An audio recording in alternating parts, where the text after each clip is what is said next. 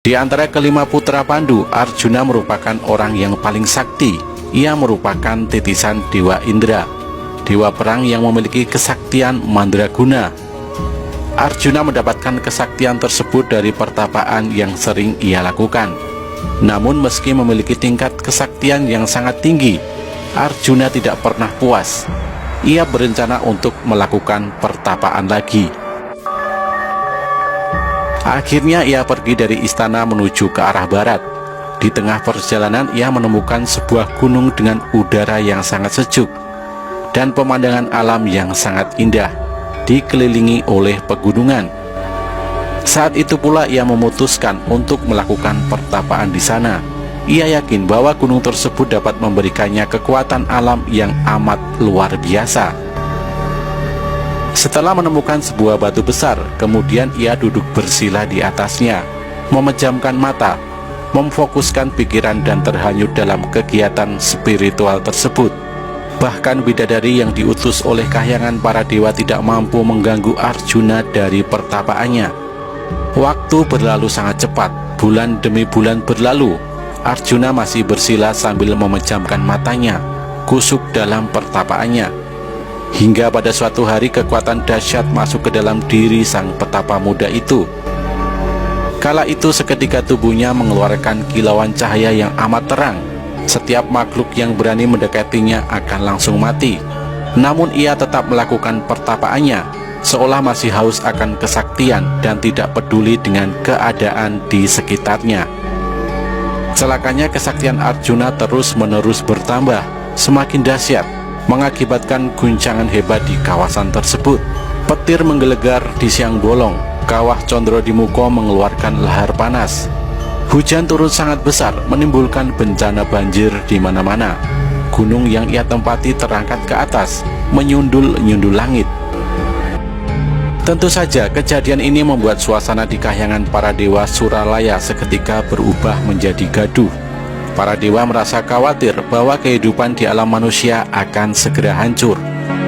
Sebagai tindakan cepat, akhirnya mereka mengadakan rapat yang dipimpin oleh Batara Guru. Meski mengetahuinya, sebagai pembukaan Batara Guru menanyakan situasi. Ada apa gerangan yang terjadi di Marcapada, Kakang Narada, hingga kahyangan menjadi geger. Sebagian dewa turun ke bumi untuk membujuk Arjuna agar berhenti dari pertapaannya. Sidang itu selesai. Sebagai hasilnya, Batara Narada diutus turun ke bumi untuk menghentikan Arjuna dari pertapaannya. Ia segera mengitari angkasa untuk menemukan keberadaan sang petapa sakti. Di tengah keadaan yang carut-marut, akhirnya ia menemukan sebuah gunung yang mengapung, beserta Arjuna yang sedang kusuk di dalam semedinya. Segera ia menghampiri dan berkata pada Arjuna, "Wahai cucuku Arjuna, bangunlah dari pertapaanmu. Semua orang bahkan para dewa akan menjadi celaka bila kau tak mau menghentikannya." Namun keangkuhan Arjuna membuatnya tidak mendengarkan ucapan Batara Narada. Ia justru lebih tekun dalam pertapaannya. Arjuna berpikir bahwa sikapnya itu pasti akan membuat sang dewa kebingungan dan akan menawarkan kesaktian kepadanya agar ia mau berhenti dari pertapaan. Merasa gagal menjalankan misi, akhirnya Batara Narada kembali ke kahyangan dan melaporkannya pada Batara Guru. Sidang susulan dilakukan, mencari cara lain untuk menghentikan Arjuna dari pertapaannya.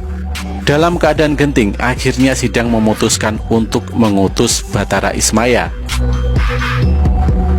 Ditemani oleh Togok, kemudian Batara Ismaya turun ke bumi dengan menjelma sebagai Semar. Mereka berdua menjalankan strategi dengan bersemedi di atas kedua sisi gunung yang ditempati Arjuna. Dengan kesaktiannya, keduanya berubah menjadi sangat besar, hingga ketinggian mereka melampaui gunung yang masih mengapung tersebut. Kemudian mereka mengeruk tanah bagian bawah gunung dan memotong gunung tersebut menjadi dua bagian. Segera dilemparkannya gunung bagian atas, mengakibatkan Arjuna terbangun dari semedinya. Melihat bumi yang carut-marut, akhirnya ia tersadar bahwa apa yang telah dilakukannya merupakan sebuah kesalahan. Kala itu Semar memberi nasihat kepada Arjuna. Wahai anakku, pertapaan yang kau lakukan membuat keadaan bumi dan kayangan para dewa menjadi genting. Engkau terlalu berambisi dengan kesaktian. Berhentilah, gunakanlah kesaktianmu sekarang untuk kebaikan, agar kau tidak menyesal di kemudian hari. Hingga pada akhirnya, gunung tempat Arjuna melakukan tapa dinamai dengan sebutan Gunung Arjuno, dan potongan lainnya diberi nama Gunung Wukir.